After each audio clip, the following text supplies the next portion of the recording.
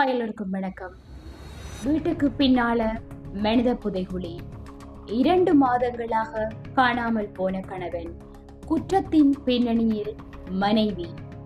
இலங்கையில நடந்த பயங்கரமான சம்பவம் அனைவருடைய மனதையும் மிகவும் வேதனைக்கு உட்படுத்திய ஒரு விடயம்.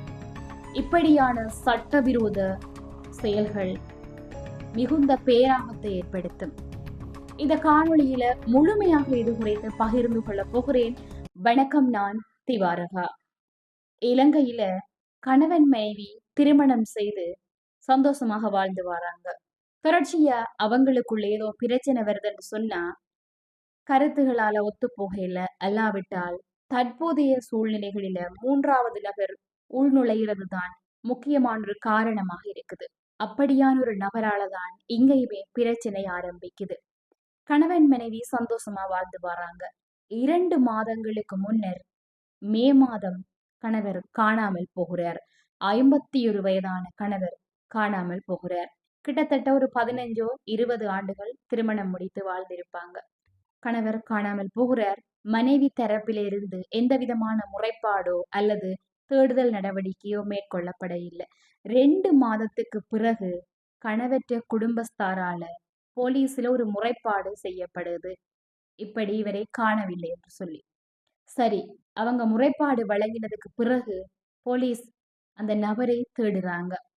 தேடும் போது மனைவியின் வீட்டை போய் போலீஸ் தேடி பார்க்கறாங்க. அப்படி தேடியக்கதான் கடந்த 16ஆம் திகதி வீட்டுக்கு பின்புறத்தில் ஒரு மனித புதைகுழி ஒன்று இருந்திருக்குது.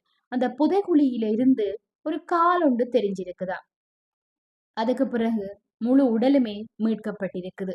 சரி, போலீசார் போய் அக்கம் பக்கத்துல எல்லாம் விசாரித்து இருக்கிறாங்க. அவங்க என்ன சொன்னாங்கன்னு சொன்னா, இவங்களுக்கு இடையில டெய்லியுமே சண்டை நடக்கிறது. கடந்த 11ஆம் திகதியும் ஒரு பயங்கரமான சண்டை நடந்திருக்கிறது. இதுக்கு பிறகு போலீசார் மனைவியை கைது செய்து மனைவியிட்ட விசாரணை செய்யறாங்க.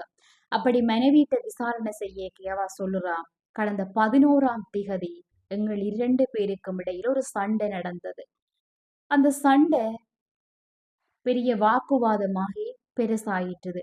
அப்ப நான் ஒரு தடியால, அதாவது ஒரு பொல்லால கணவற்ற தலையில அடிச்ச நான்.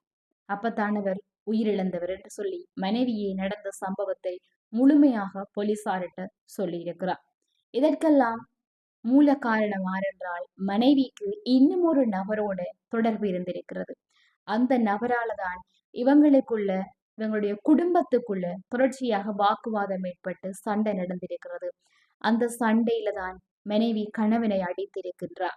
சட்ட ரீதியாக திருமணம் செய்து கணவன் மனைவியாக நீங்கள் வாழ்ந்து கொண்டிருக்கும் போது இன்னும் ஒரு நபர் உங்களுடைய உறவுக்குள்ள வரும்போது பிரச்சனை ஆரம்பிக்கிறது.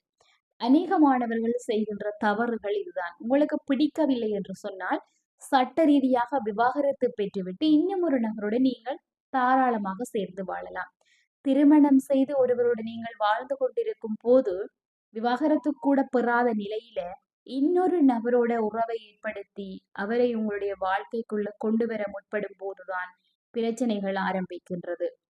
பிடிக்கவில்லை என்றால் விவாகரத்து பெற்றுவிட்டு அடுத்த கட்ட வாழ்க்கையை நோக்கி நகர்ந்து செல்லுங்கள். அதை விட்டுவிட்டு திருமண வாழ்க்கையில ஒருவரோட இருக்கும் போதே இன்னொரு உறவுக்குள்ள நீங்கள் நுழைய முற்படும் போது பல பிரச்சனைகளை சந்திக்க வேண்டி வரும்.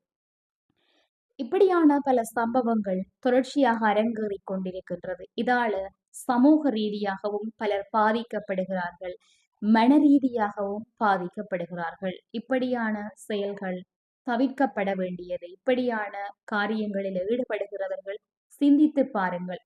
உங்களுடைய வாழ்க்கை பின்னர் என்னவாக போது? தண்டனையை தான் நீங்கள் பெறப்போகிறீர்கள். உங்களுடைய ஆயுள் காலம் முழுவதும் சிறைச்சாலைகளிலே கழிய போகிறது. இது எல்லாம் தேவையா? சந்தோஷமாக நிம்மதியாக இந்த பூமியில நாங்க வாழ்ந்து விட்டு போகணும். சிறையில போய் கஷ்டத்தை அனுபவிக்க போகிறீங்களா? ஒரு உறவு உங்களுக்கு சரிவரவில்லை என்றால் முழுமையாக அந்த உறவை விட்டு விலகி விட்டு அடுத்த உறவை தேடி நகருங்கள்.